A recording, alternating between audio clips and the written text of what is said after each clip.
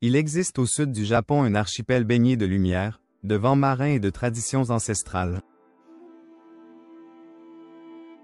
Son nom, Okinawa. Ce lieu n'est pas seulement connu pour sa beauté naturelle. Il est célèbre dans le monde entier pour un phénomène rare, la concentration exceptionnelle de centenaires en bonne santé.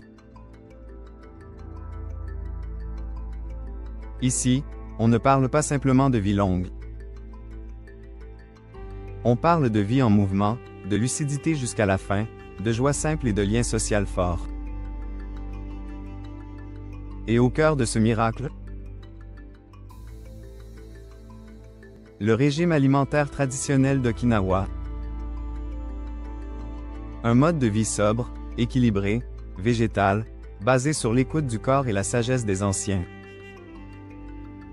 Aujourd'hui, nous allons explorer en profondeur ce régime unique, ses aliments clés, ses principes fondamentaux, et ce qu'il peut nous enseigner pour bien vieillir. Peu importe où nous vivons. Et qui sont les centenaires d'Okinawa? À Okinawa, il n'est pas rare de rencontrer des femmes de 95 ans qui marchent encore sans canne, jardinent chaque matin, rient fort, et dansent lors des fêtes du village. Les hommes dépassent les 90 ans avec une vitalité surprenante. Mais ce qui frappe le plus, ce n'est pas l'âge. C'est la qualité de leur vieillesse. 1. Peu ou pas de maladies chroniques. 2. Peu de dépression ou d'isolement. 3. Très faible taux de cancer, diabète et maladies cardiaques. Et cela ne tient pas à la génétique. Des études l'ont confirmé. Ce miracle vient du mode de vie, et notamment de l'alimentation. 2. Le régime Okinawa, une philosophie alimentaire avant tout. Avant d'entrer dans les détails, rappelons que le régime Okinawa n'est pas un régime au sens restrictif. C'est une façon de vivre, une relation au corps et à la nature, une attitude envers la nourriture. Voici ses principes fondamentaux. 1. La modération. Hara Achibu. Le plus connu des principes d'Okinawa. Hara Achibu, ou mange jusqu'à 80% de ta faim. Les habitants ne mangent pas jusqu'à être pleins. Ils mangent jusqu'à être satisfaits mais légers. Cela permet 1. Une digestion plus efficace. 2. Moins de stress métabolique. 3. Un poids stable. 4. Moins d'inflammation chronique. 2. La densité nutritionnelle, pas calorique. Le régime est faible en calories mais riche en nutriments. Autrement dit, peu d'énergie superflue, mais beaucoup de vitamines, minéraux, fibres, antioxydants.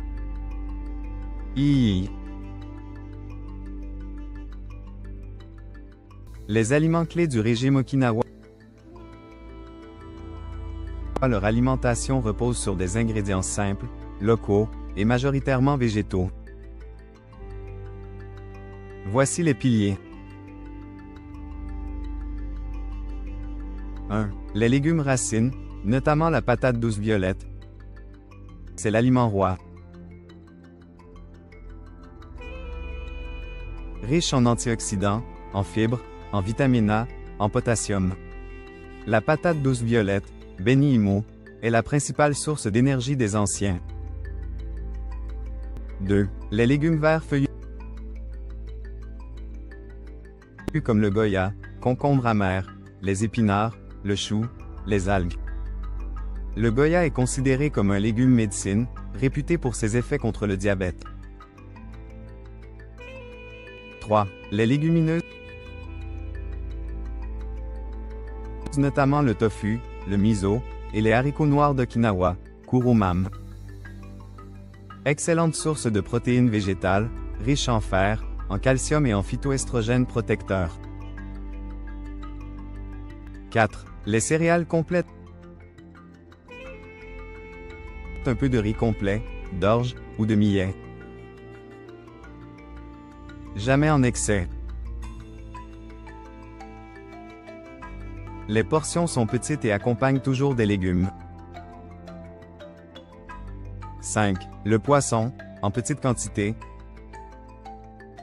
2 à 3 fois par semaine, du poisson frais, souvent grillé ou cuit à la vapeur. Source d'oméga 3 et de protéines légères. 6. Peu ou pas de produits laitiers ni de viande rouge. Les produits laitiers ne sont pas traditionnels à Okinawa. La viande est rare, souvent réservée aux fêtes, et jamais en excès. 7. Les infusions et le thé vert. Les centenaires boivent régulièrement du thé vert, riche en catéchine, ou des infusions d'orge grillée, mujicha. Des boissons antioxydantes et apaisantes, sans sucre. 4. Les habitudes autour des repas. Manger avec sagesse. Le mode de consommation est aussi important que le contenu de l'assiette. 1. Petite portion, grande variété. Et on sert les repas dans de petites assiettes séparées, souvent 5 à 10 petits plats différents à chaque repas. Cela encourage la modération, la diversité alimentaire et la pleine conscience. 2. Repas pris dans le calme, souvent en groupe. Pas de télévision, pas de précipitation. On prend le temps. On remercie la nature avant de manger, itadakimasu. On savoure. On partage. 3. Des aliments de saison, locaux, et peu transformés. Le lien avec la terre est fort. On mange ce qui pousse autour de soi. Les aliments ultra transformés sont quasi absents dans les foyers traditionnels. V. L'effet Okinawa sur la santé physique et mentale. Le régime Okinawa n'agit pas uniquement sur le poids ou les maladies. Il agit aussi sur l'humeur, la clarté mentale, la sérénité. Les scientifiques ont observé 1. Une réduction du stress oxydatif. 2. Une stabilité glycémique exceptionnelle. 3. Une très faible incidence des maladies dégénératives. 4. Un système digestif en bonne santé jusqu'à un âge avancé. 5. Une vitalité mentale préservée bien après 90 ans. Mais surtout, l'alimentation fait partie d'un ensemble de facteurs. 1. Activité physique douce et régulière. 2. Vie communautaire riche. 3. But dans la vie, Aikige. 4. Rituel, nature, spiritualité. PVI. Peut-on adopter le régime Okinawa ailleurs dans le monde? Oui. Ce régime est adaptable, universel, évolutif. Voici quelques conseils pour s'en inspirer, même loin du Japon. 1. Réduire les portions et manger lentement. 2. Privilégier les aliments végétaux locaux et de saison. 3. Consommer des légumineuses plusieurs fois par semaine. 4. Introduire du thé vert ou des infusions naturelles. 5. Réduire sucre, viande rouge, produits transformés. 6. Cuisiner simplement, avec des gestes de soin. 7. Créer un environnement de repas calme et joyeux. Il ne s'agit pas de copier exactement, mais d'en épouse l'esprit, manger pour nourrir, pas pour remplir.